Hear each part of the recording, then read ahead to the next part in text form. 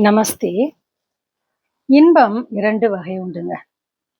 இன்பத்தை இறைவன் 2 வகையாக பிரித்தான். ஒன்று சிற்றின்பம், அடுத்தது பேரின்பம்.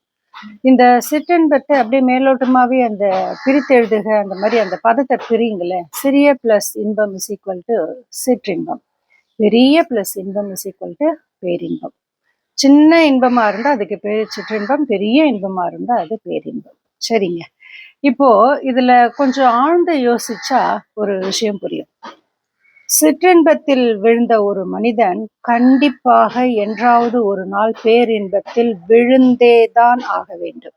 ஆனால் பேரின்பத்தில் விழுந்த ஒரு மனிதர் ஏதோ விதி சதி காரணமாக சிற்றின்பத்தில் விழ நேரிட்டாலும் விழுந்த வேகத்தில் எழுந்து கொண்டு விடுவார், சுதாகரித்து கொண்டு. அந்த சம்சார சாகரத்தில் சிக்கிக் கொள்ள மாட்டார். ஏனென்றால் அவர் பேரின்பத்தின் ஒரு துளியை உணர்ந்து ரசித்து உண்டுவிட்டார்.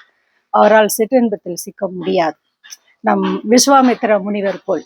விஸ்வாமித்திர முனிவர் என்ன செய்தார்? தன்னுடைய குண்டலினி சக்தியை மூலாதாரத்திலிருந்து ஆகினே என்று அழைக்கக்கூடிய ஆக்ஞா சக்கரம் வரை நகர்த்தி கொண்டு வந்தார். ஆனால் மேனகையை கண்டதும் தொப்பு என்று மறுபடியும் மூலாதாரத்தில் வந்து விழுந்தார். ஆனால் சிக்கிக் கொள்ளவில்லை, சுதாகரித்து எழுந்து கொண்டு விட்டார். அதுதான் சிற்றின்பத்துக்கும் பேரின்பத்திற்கும் உள்ள ஒரு வித்தியாசம்.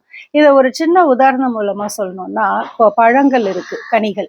ஒவ்வொரு பழத்துக்கும் ஒரு ஒரு சுவை இருக்கிறது, ஒரு ஒரு நறுமணம் இருக்கிறது. அந்த பழத்தில் என்ன சுவை இருக்கிறதோ அதன் சுவை சற்று தோலிலும் இருக்கும். உதாரணத்துக்கு ஒரு சப்போட்டா பழம் எடுத்துக்கிட்டீங்கன்னா அந்த சப்போட்டா பழத்தின் சுவை தோலில் இருக்கும். மாம்பழமும் அப்படித்தான். பலாப்பழம் கேட்கவே வேண்டாம், அங்கிருந்தால் இங்கே அந்த நறுமணம் வந்துவிடும். சரி, இப்போ ஒரு நபர் என்ன பண்றாரு, அந்த மாங்கனியை எடுத்து தோலை சாப்பிட்றாரு. தோல் நல்ல சுவையாக இனிப்பாக இருக்கிறது. தோலையே மீண்டும் மீண்டும் சுவைத்து கொண்டிருக்கிறார்.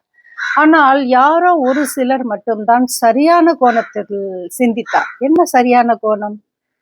தோலே இவ்வளவு ருசியாக இருக்கிறதே, அதாவது இந்த உடல் என்ற தோல் இவ்வளவு ருசியாக இருக்கிறதே, ஆனால் பழம் என்கிற ஆத்மா என்கிற பழம் எவ்வளவு ருசியாக இருக்கும்? தோலில் இவ்வளவு சுவை இருக்கிறது என்றால் பழத்தில் எவ்வளவு சுவை இருக்கும் என்று தோலை வீசி எறிந்தார். ஆத்மா என்கிற பழத்தை சுவைக்க ரசித்து உண்ண ஆரம்பித்தார். பிறவி பயனை அடைந்தார். இதுதான் சிற்றின்பத்திற்கும் பேரின்பத்திற்கும் உள்ள வேறுபாடு.